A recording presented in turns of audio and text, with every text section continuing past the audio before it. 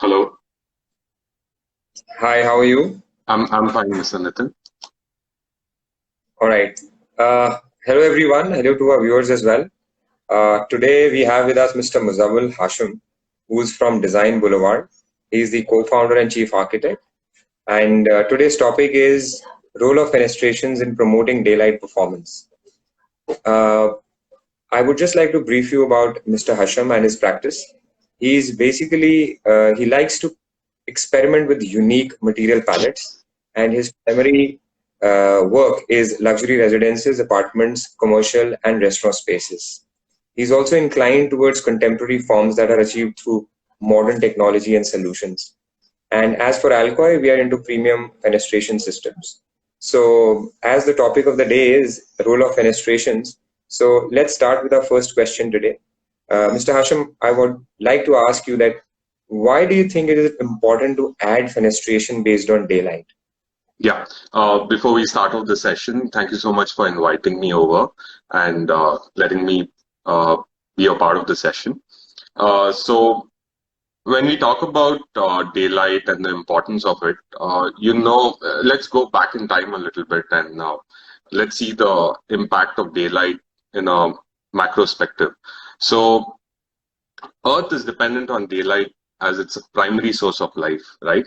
And I think in 1862, there was a prominent naturalist called David Henry who quoted, "In wildness is the preservation of the world." What it means is the daylight is the nature's ecology is very important, and there where the actual that's where the actual preservation of the world is. So when we look at our cities and the context, they are very neglected, and they are also very disconnected from the ecology in the modern context. In cities today, daylight might be the last trace of wildness preservation. So what that means is when you wake up in the morning and the first rays of the sunlight penetrating through your spaces that you're dwelling in is very, very important, and that's what makes you feel alive. In a tightly packed city where there is not many trees, not many animals that are living with us, um, the daylight is something which is very important, and it makes us feel alive. Okay, so I think the content of your answer or the key takeaway is that basically we should be trying to gel with the natural light as much as possible, Yes, and that is what kind of aim at bringing in through the administration systems. yes, that's true. Right. So, Okay. yeah, nature is very coherently relative to us, and daylight is one of the major factors which impacts our space inside. Okay. So I'll just quote from somewhere I read, daylighting can save energy and reduce peak electricity demand. So what we want to do here is that okay, light is important, but at the same time, daylighting can also help in saving energy and reduce the electricity demand. So how do you think this can be achieved from an architect's perspective? Yeah, so first of all, let's define daylight in a space. So when you say natural lighting, which can illuminate a space throughout the maximum point of the day, that's when uh, that's when you can reduce the efficiency of the building or make the building more efficient and reduce the consumption of electricity in a building. So we need to design spaces which can bring in a lot of natural daylight throughout the day, and we need to orient those penetrations in such a way that um, they can bring in the maximum light throughout the day, and that's how we can achieve efficient buildings. Yeah. So, I mean, what you're trying to say here is that, with the daylight having come in into the building, Yeah. it automatically reduces the use of artificial lighting inside, and that helps to reduce the peak electricity load, Yes. probably, So right? so we can get confused by saying, okay, we have a window in a space, and that is daylight, but that's not actually true. Illuminating a space efficiently throughout the day is what is important. So what it means is having a large enough window, or the size of the window needs to be very important, and also the orientation of the window. So primarily in a context like ours in India, a south or a north face is better for having light throughout the day rather than east or west. And then appropriately designing sajjas or shading mechanisms, which can help us reduce direct sunlight but still have natural diffused light coming into the spaces. Okay, so I mean, here I have a question which I would personally like to know. That you said that north and south are good for bringing in daylight. Yes. But at the same time, I understand south is also considered to be one of the directions from where the heat also comes in a lot. I mean, I am able to understand that west and south elevations are the ones from where the heat comes in a lot. Yeah. So how do we tackle that aspect of south side fenestration? Yeah, so there are many mechanisms and also ideas with which you can reduce the heat gains. Primarily and traditionally, we use sajjas, which are very simple. The length of the sajja can determine the amount of shade that you get and the amount of direct sunlight that penetrates through it. There are many other mechanisms like a skin, perhaps, that could be designed around the fenestration to reduce the direct sunlight and probably have just diffuse light coming in. So effectively towards the west, if you want the west light to penetrate through, let's take an example. A room has beautiful views towards the west and you can't really take advantage of the south or the north, and you're forced to like take advantage of the west. So you can open up the space there, have a large fenestration, but make sure that there is enough shading mechanism in place so that it can cut down the harsh light and not have heat gains in those spaces. So it's all about the design in the end, like how well you can study the model or how well you can design the space in a way where you make it efficient. You have the large windows, but have something in place to counter the heat gains and the direct light into the space. Okay, so we have something from one of our viewers by the name of Vignesh, and he says that we naturally get light from morning to evening. Instead of using it free, why one should go for artificial during day? In fact, he's answering the question that I just asked. Yeah. Yes, artificial light is important. That is only after sunset. Yeah, there's also important aspect which we as humans have within us. It's called the cardinal rhythm. Basically, this is something which is inbuilt in our DNA. Like when you wake up in the morning, you have this white light which is predominantly there. So your brain automatically wakes up and you're more efficient during that time. And towards the evening, as the sun goes down, you get that more warmer light tone. So when you have artificial lighting throughout the day in your space, you are not going in rhythm with the cardinal rhythm. So basically, the lighting is very, very important for productivity and efficiency. So you're much more healthier, your physical, your mental health is much more better. So that inherently affects the productivity in a space. So artificial lighting will not help you much with that. It's post the evening time that you really need artificial lighting because there is no option of daylight. But the natural light gives you better mental health and better productivity in the space. So that's always prominently opted for. Okay, great. And okay, let's move on to our next question, wherein, apart from being a source of natural light and fresh air, yeah, what makes windows and doors energy efficient? I mean, what do we do about that aspect? Because that's actually, with more and more glass, I'm sure, there is always a trade-off when you try to do something as against something else. So what are your views on, how to make the doors and windows efficient as an architect?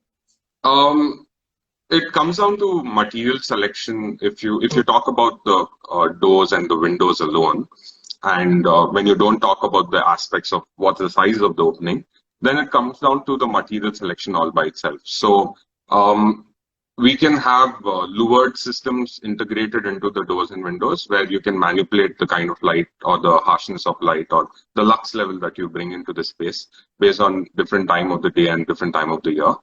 The second thing which you can primarily do is selection of glass is also very important based on the aluminum sections or whatever material that you're using as your frames, may it be wood or UPVC or aluminum. you have to study what's the load that it can take and what's the kind of glass that you can do, what's the thickness. If you're going for a double walled glass or a laminated glass, which has a reflective film inside. So these are some of the solutions that you can use to make your space more efficient, or rather make your doors and windows more efficient. Okay, I have a very keen question, I mean, which is related to the energy efficiency of windows. Yeah. How do you, as an architect, would differentiate between different materials other than the aesthetics aspect? Example, I mean, broadly, we have four kinds of materials for windows. One is wood, there is UPVC, there is aluminum, and there is steel. Yeah. Right. Considering that there are four options available, other than the aesthetic aspect, how do you think we can counterbalance the durability of the window with the energy performance of the window? I'll give you a very, a question that we come across from customers on a daily basis. Yeah. Obviously, aluminum and steel is considered to be a metal window, and they have it in their perception or in their mind that, okay, metal is a conductor of heat, which is no doubt that it is a conductor of heat. UPVC is a plastic material, so it's a better insulator, but at the same time, it also has steel reinforcements inside. Yes. And wood by nature again is an insulator, and it does not have a reinforcement. It is used as it is. I mean, probably the mass that has to be used to take care of the the glass weights and deflection. According to that, the wood and the UPVC sections become fatter. I mean, you have to use thicker sections. Yes. So considering these aspects, how do you differentiate? How would you like to differentiate between, or let's say, give the viewers a view about a choice between the durability of whatever material they are using versus the thermal efficiency? Okay. So there are many aspects, and each material has its own advantage and disadvantage. If you'd like me to list out each one of them and how we could adapt to the use of it, we could broadly a couple of them. That's it. Yeah. The broadly very key couple of them. That's it. Yeah. So material wise, you can use all of them, as you know, but the question comes about the weathering and the durability factor, right? So wood as such, when it was used earlier, when that was one of the most flexible and easily available material back in the day, not now, of course, was considered a flexible material with which you could make shutters and you could span to a certain extent. But the durability factor, the moment you start polishing it or giving it a certain treatment for the finish, it's not that UV resistant. I'm not even going to talk about the thermal efficiency, but I'm going to talk about the weathering of the product itself. So it's not very efficient. And naturally, wood has the problem of imbriation, where it absorbs water and expands during the rainy season and then contracts towards the summer season. So primarily to avoid, so that was about the wood. And then you have aluminum, steel, and UPVC. So UPVC is very inert, yes. Like you said, the mass itself determines the section and the size, so the limitation of opening is there.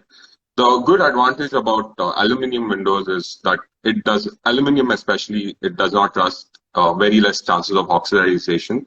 Once you powder coat it or finish it, it lasts quite some time. And a very good part about aluminum is that you can span, you can have larger spans of openings with single shutters. And that works really well for us as architects, because we can have that seamless transition between the indoor space and the outdoor space, where you can almost feel you're outside with very minimal vertical sections coming in between. So besides all of this, where we talk about the flexibility of material and durability of material, as an architect, what we can do is create optimal solutions. For example, if we have wood in place as a window, if aesthetically that's what you want, then create good sajjas for it. Don't have UV or direct sunlight falling onto the window immediately, like directly onto it. So this helps in a longer durability factor for the product, not only for wood, but any product. Have better sajjas and better solutions in place so that you can cut down that harsh light and make use of that diffuse light throughout the day. That would be the primary factor. Okay, and what about UPVC and aluminum? Yeah, so aluminum is great, like I said, because of the because of the material itself. You can like have large openings. UPVC, again, it's cost effective and fairly good in weathering, in terms of weathering. You can expose it to direct UV also on a large extent, depending on the quality of UPVC that is used. So these two products are really good and they are flexible. And they are also very environmentally friendly. So wood, as you know, if deforestation or the kind of logging that is going on, if it's not monitored, then you don't know if it's sustainable or not. But whereas aluminium and UPVC, I know aluminium can be recycled, reused, etc., and it's much more environmentally friendly. I'm sure it's same with the UPVC window. Like, at least you're not cutting down trees to make your windows, so that's much better. Yeah, and also to add on, I mean, you obviously these days get engineered systems in UPVC and aluminium. So it is better going for an engineered system as against something which is, carpentered. I mean, because the use of technology being lesser, the proficiency of workmanship is not as fine as what you would get in an engineered product, probably. Yes. Okay, so I'll just go on to the next thing. What do you think are the factors that must be considered while designing fenestration systems? I mean, other than the material that we've already talked about, yeah, what do you think, what are the other aspects that we should be looking at? Yeah, so this is all about climatology and how the building responds to climatology. So right from orienting your building to orienting your openings, the size of the openings, the fenestrations, then the kind of sajjas that you give. Going back to the same point as having good shading systems in place, may it be, say, a jali or probably louvers or movable kinetic systems, which are widely used now to adapt to the kind of daylight that we have on each day. So these are some of the things that are required to make the space more efficient and design accordingly.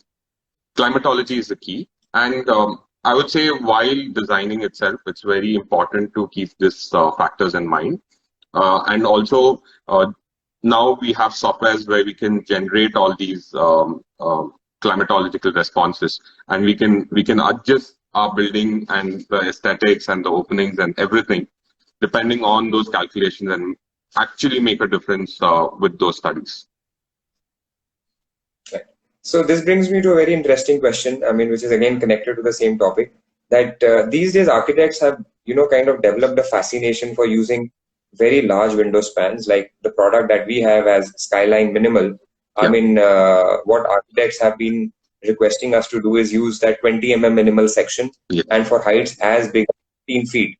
So what I wanted to understand is that obviously our job is to give a structurally safe solution for the intent that the architect has, and the glass specifications also in that case have to be enhanced in terms of the thicknesses, the lamination layer, so that it is safe for the customer later down the line. But obviously it also increases the area through which the daylight is coming into the building. Yeah. So what do you think you would like to suggest to the viewers, that what should be they looking at in terms of when they go in for that large window spans? I mean, many aspects come into the picture. May it be, okay, we're getting a lot of good daylight. We are getting, the architects are able to showcase a very grand look of the interior and the exterior spaces. And, but at the same time, with so much of, sun probably that may be coming in, what do you think, what are the key aspects that need to be, I would say, considered in terms of designing such large window spans? Even, I mean, I would like to kind of extend it to how to take care of the maintenance aspect as well. Yeah.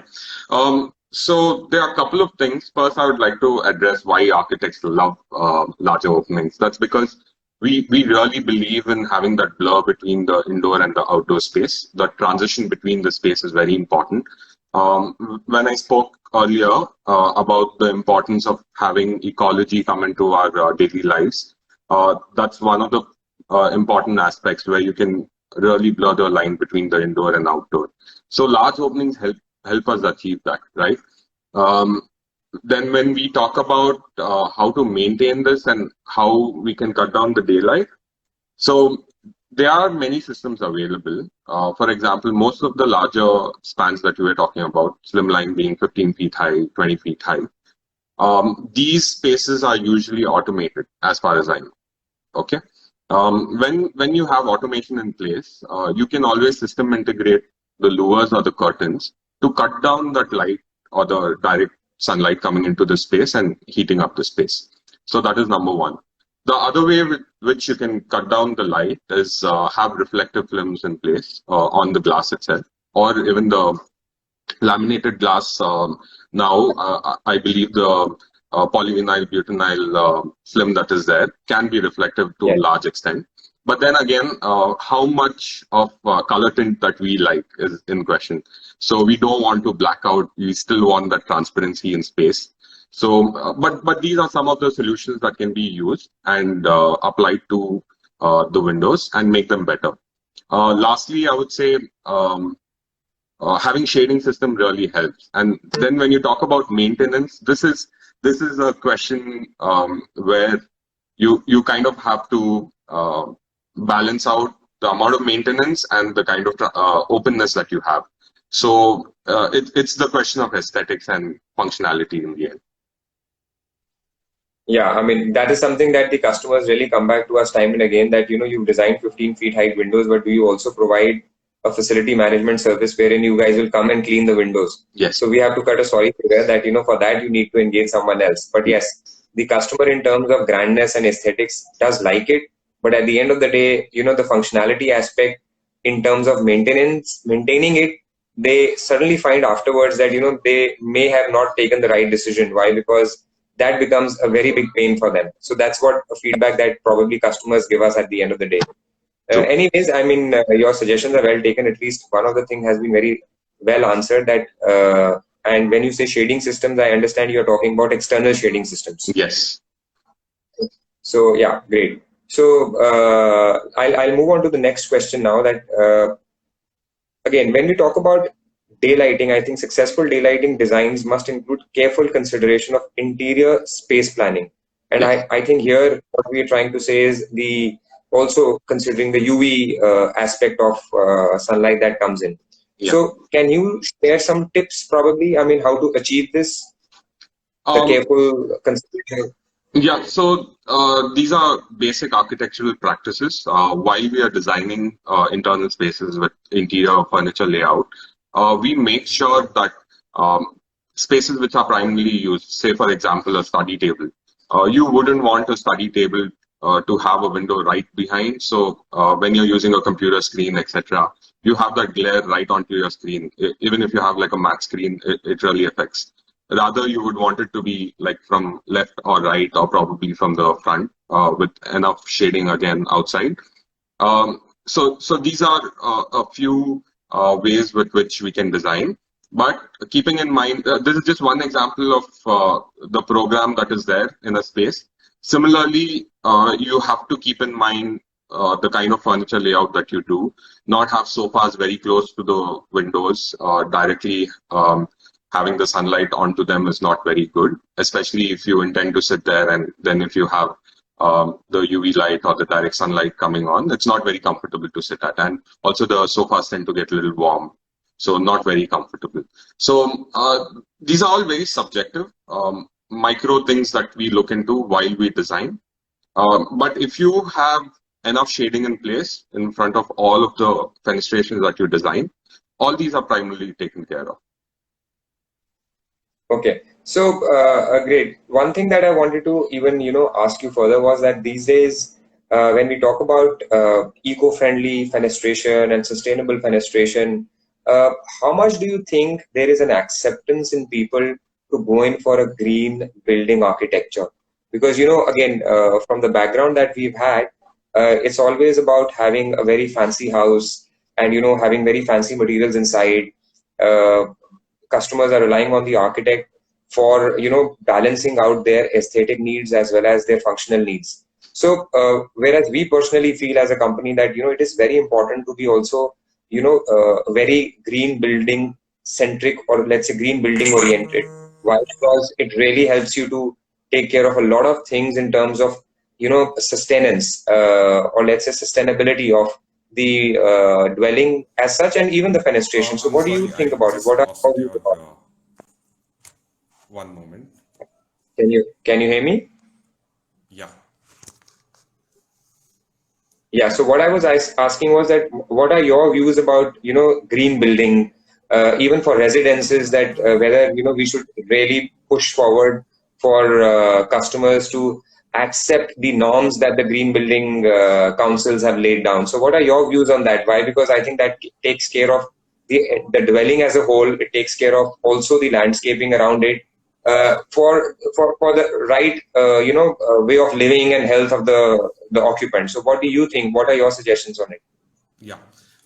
So it's very personal. It depends on client to client. If they really want to have a green building, then the entire structure can be made very conservatively and also approached in a way where sustainable materials could be used.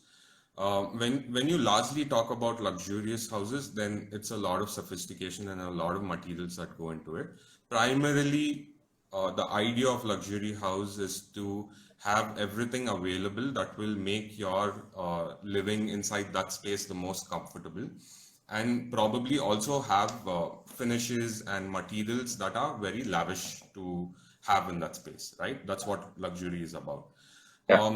There could be, I don't think you can achieve a very luxurious house where it's completely sustainable and environmentally friendly, and maybe it's not very low on its carbon footprint, but you can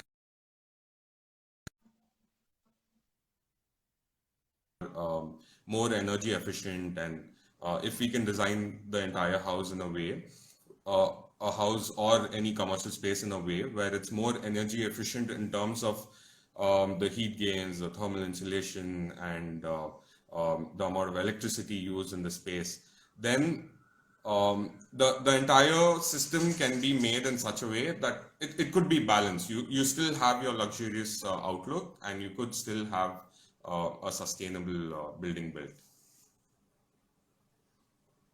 Okay, great. I think we are kind of reaching the end of our session. Yeah. So I would just like to have some last words from you on, again, sustainable and eco-friendly fenestration systems. I mean, anything that you would like to tell to the viewers. I didn't quite hear you. Can you just repeat that, please? Yeah, so I wanted to request you for some last words on sustainable and eco-friendly fenestration systems. Okay. I think the use of fenestration is important, like we've been discussing. Aluminum windows and UPVC windows give a huge amount of flexibility to us architects to kind of have the vision, what we visualize as architects, to have that seamless blur which I was talking about earlier. That's achievable by these sort of windows, and they help us create the good transition between spaces. And what I feel is aluminum and UPVC windows, they also give us flexibility of having different systems like sliding and sliding folding and pivotable windows. So they give us that option of the movement between the spaces, right? And the kind of mosquito mesh that we require, etc. So they are very flexible in terms of how we could use it. And I think they are the future of how fenestrations are going to be. Great. It was really good to have you with us today, Muzammil. And we really hope to kind of work with you in future, and also see you sometime soon when I'm in Bangalore. Probably we most welcome you to come to Chandigarh anytime and have a visit at our experience center. So it was great to have you today. Thank you very much. Thank you so much, and it was a pleasure being on the session and to interact with you. We'll definitely meet when you come. Sure. Yeah. Thank you. Thank you to our viewers who have attended the session. If anyone has any questions, they can actually send it to us directly or to Hashim directly, and we'll be pleased and it will be a pleasure to kind of answer to all your questions related to probably any subject on architecture or fenestration systems. Thank you. Thank you, everyone. Thank you.